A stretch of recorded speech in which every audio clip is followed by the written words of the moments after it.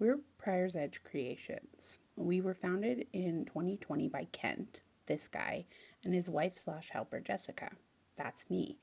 We make live edge furniture and home decor. This is some of our work.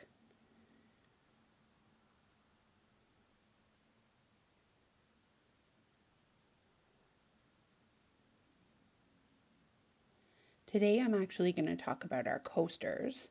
These started as a way for us to use some of the offcuts from our larger jobs like tables and desks and have quickly turned into one of our more popular products. So today I'm going to walk through the process of how we make our coasters. So, because most of our coasters are made with offcuts from some of our larger jobs, the first step is to actually thin out the pieces to make them the same thickness for our coasters. So, we run them through our planer. We do have a helical head, so it creates a nice smooth finish, and the planer flattens the pieces as well. So, not only does it thin them out, it actually makes them a nice flat surface. So right now we're running black walnut, and I believe there's also some maple, ambrosia maple that will go through. Um, and there it is there. So we'll run all of these through. We take a 30-second at a time, which means we have to run it all through quite a bit in order to get them to the appropriate thickness. And once that's done, we go over to our workbench and Kent debarks the wood. So you can see he's using a chisel to take the bark off of the edge. The reason that we're doing this is because you need to have a nice smooth edge for the epoxy to adhere to the wood.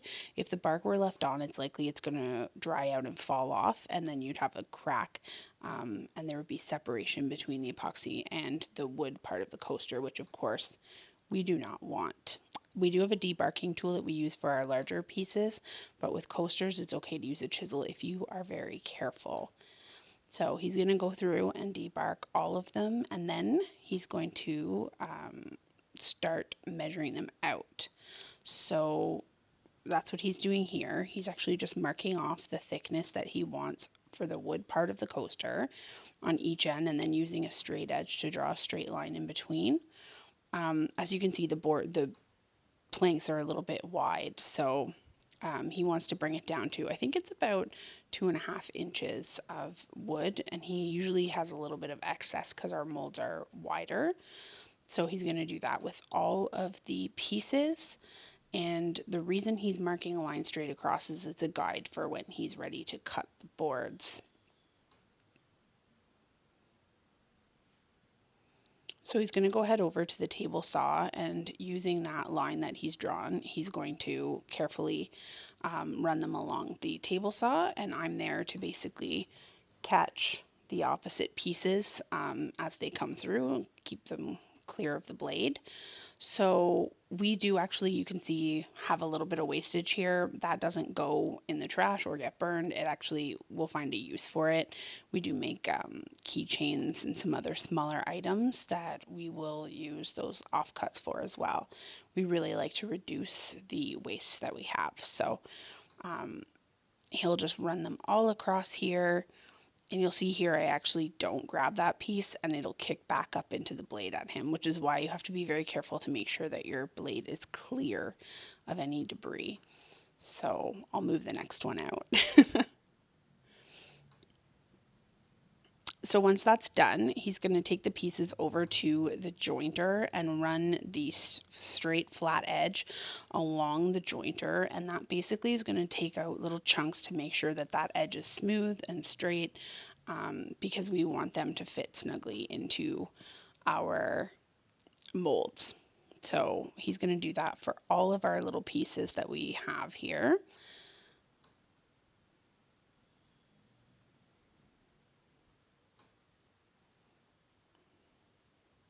And there goes the maple. So these pieces were a little bigger. Obviously, we'll need to do some more work on those. So the next step is he's going to go and cut them down. At this point, what he's doing is measuring to make the pieces the right size to go into the molds. I think he's cutting doubles right now, so those ones are 18 inches in length. So he does his measurement and cuts it down. You'll see he also cuts a little bit off each edge. Again, that's just to make sure that the pieces have a nice straight line and they fit snugly in the molds. So most of these, I believe, were for double molds, which means we get 2 sets out of 1 pour. And I'll show you that in a bit. So while he's doing that, I'm going to go over to the workbench and start getting our molds prepped. We use an HDPE, a high density polyethylene, for our molds. They are not seamless. So every time we pour, we have to make sure to tape up the seams so that no epoxy leaks through. So I'm just using tuck tape to go along the seams and tape up those molds. And I think I'll show you one of the seams that I'm taping here so that you can get a good look at what I'm talking about. You can buy seamless molds from some of the epoxy retailers. We've just made our own. They're reusable and they work fantastically, but they're a little more work because you do have to tape them up. So here I am showing that seam. It will leak if it's not taped up. So in order to get the best product and not have any wasted epoxy, it's best to tape them. And I'm going to go through, I think I did 7 molds this day, but I'm only showing a couple here. So once those are ready, we put our wood into the molds, choose our pigment colors, make sure everything is clamped down nice and tight. If you don't clamp, the epoxy will get underneath and it'll get really messy. So we're going to go ahead and measure and pour our epoxy. We are using a designer epoxy. That's our brand of choice. We love them. Right here, this pigment is also designer epoxy pigment, and it's called Periwinkle Purple. It's a really nice light purple color with a sort of silvery shimmer. Ken's just using his drill to mix it up, and we're going to go ahead and pour it into this mold with cherry wood in it. So it's okay for us to over pour because we're going to plane them again later. Some people really don't like to over pour, but we usually do. So this is still designer epoxy brand epoxy. We've just opened a new case of it. And this particular pigment is a black diamond pigment. It's called Ghost Copper. It's a nice creamy color with a really cool copper shimmer to it. So we actually don't find that this epoxy brand has a lot of bubbles. It's very clear, not a lot of bubbles come up in it. So we don't actually need to put this in our vacuum chamber, but we do have a vacuum chamber that we use for some of our larger pours to make sure that there's not a lot of air bubbles in the epoxy. So I think I'm going to do one more here. This is a designer epoxy pigment we're going to use for this one. It's called Satin White Gray, and it is one of our most popular colors. It's a nice neutral color, so very, very popular. It's a sort of deep gray base with a silver shimmer over top, and it has some really cool depth to it. So we're going to pour it. There's all the stuff on the table. Oop, too far. We'll pour it into a cherry mold as well. Once that's done, we'll give them a little swirl. That's going to create sort of that really neat effect that you see in the finished product, the swirl effect. Usually you want to wait till it's nice and thick, but I'm just showing it here. It's not thick enough yet. So there it is flat, and then once you give it a swirl, you'll see all that really cool character come out of the epoxy. So there's what's on the table. You can see some bubbles creeping up after I've swirled it. So we're going to go through with the torch and actually use the torch to pop out those bubbles. That's how you're going to get a nice smooth finish once everything is said and done. So you got to kind of supervise and make sure to get rid of those bubbles.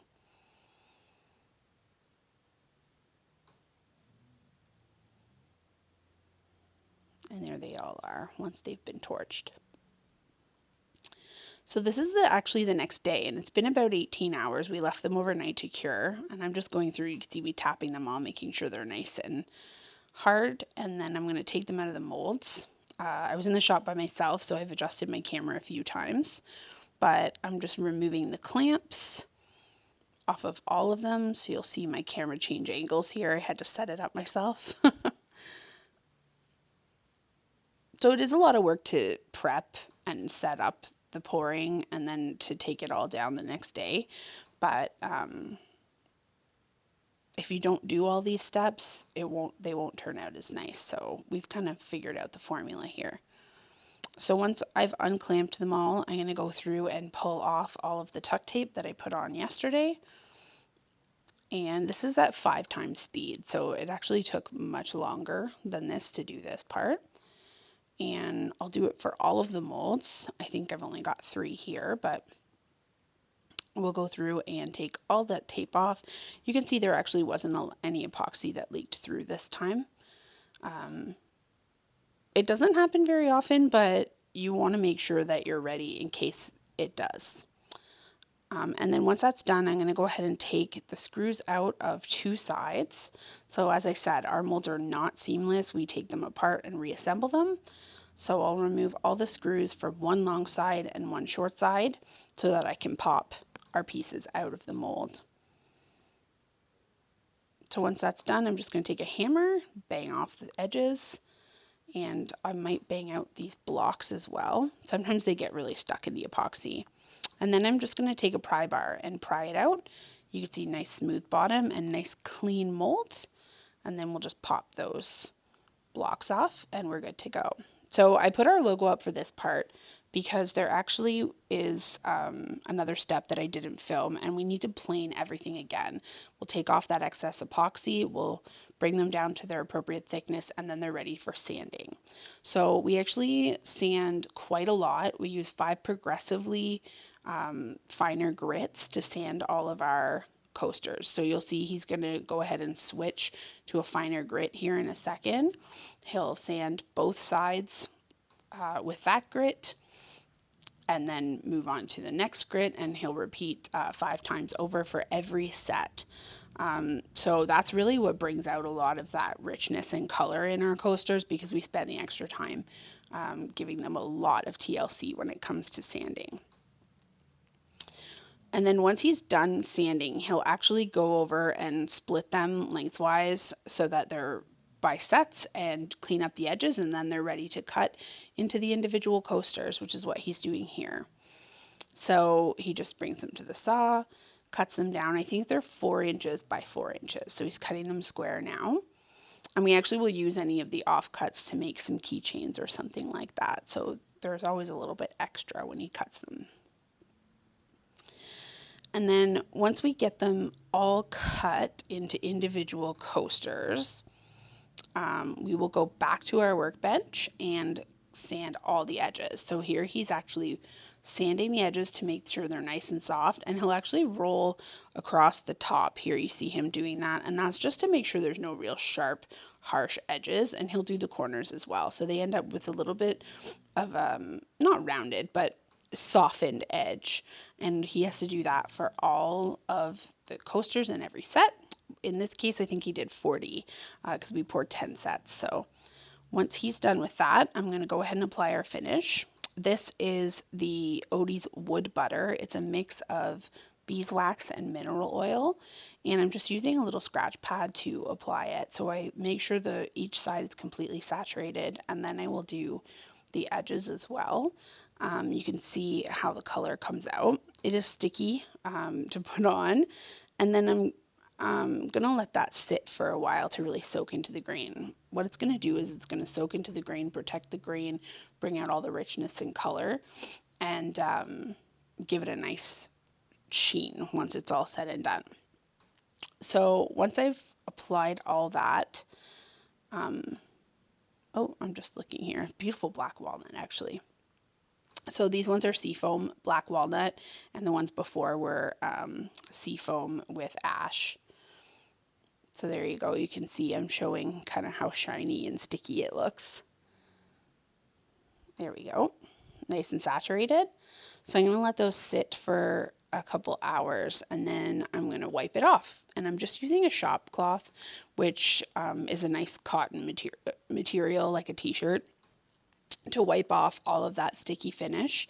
And you can see the nice sheen that we're left with. It's no longer sticky, soft and smooth.